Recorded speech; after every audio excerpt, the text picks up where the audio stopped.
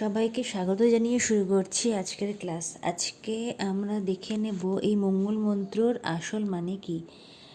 যেইটা সবাই জানে সেটা দিয়ে আমি শুরু না করে যেটা সবাই জানে না মঙ্গল মন্ত্র, সেটাই আমি আগে সবাইকে শেখাতে চাই। তো প্রথমে মঙ্গল মন্ত্রটা আমি বলে নিয়ে এর বাংলাটা বলবো। ওম সর্বেষাং মঙ্গলাং ভুয়াৎ, সর্বে সন্তু নিরাময়া, সর্বে ভদ্রাণি পশ্যন্ত মা কশ্চিৎ দুঃখভাগ ভবেৎ।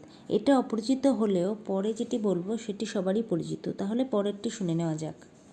এই দুটোই কিন্তু মঙ্গল মন্ত্র, এমন নয় যে দুটো আলাদা, কিন্তু মতান্তর রয়েছে।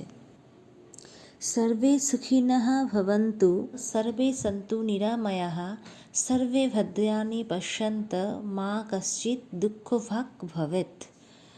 তাহলে এইটা কিন্তু শুনে বুঝতে পেরেছেন যে এটাই আমরা খুব শুনে থাকি, এটাই বেশি প্রচলিত। এর মানেটা কি? দুটোই মানে একই।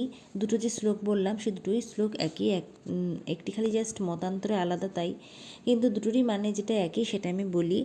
এর মানে হলো সকলের মঙ্গল হোক, সকলের নিরাময় হোক, সকলে উত্তম বিষয় মানে ভালো ভালো বিষয় এবং বস্তু দর্শন করুক, মানে সবাই ভালো জিনিস আর ভালো বিষয় সম্পর্কে জ্ঞান লাভ করুক। এটা আরও সরল করলে মানেটা এরকমই দাঁড়ায়, সবাই ভালো জিনিস দেখুক আর কি, চারপাশে যেন সবসময় ভালো জিনিস হয়, এরকম জিনিসই এরকম দৃশ্যই যেন সবাই দেখতে পায়।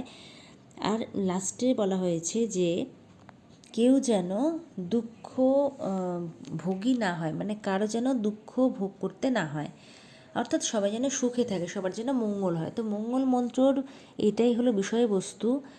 এই যা পরিবেশ এখন চলছে তাতে করে এই মঙ্গল মন্ত্রটা আমাদের সবারই পাঠ করা উচিত।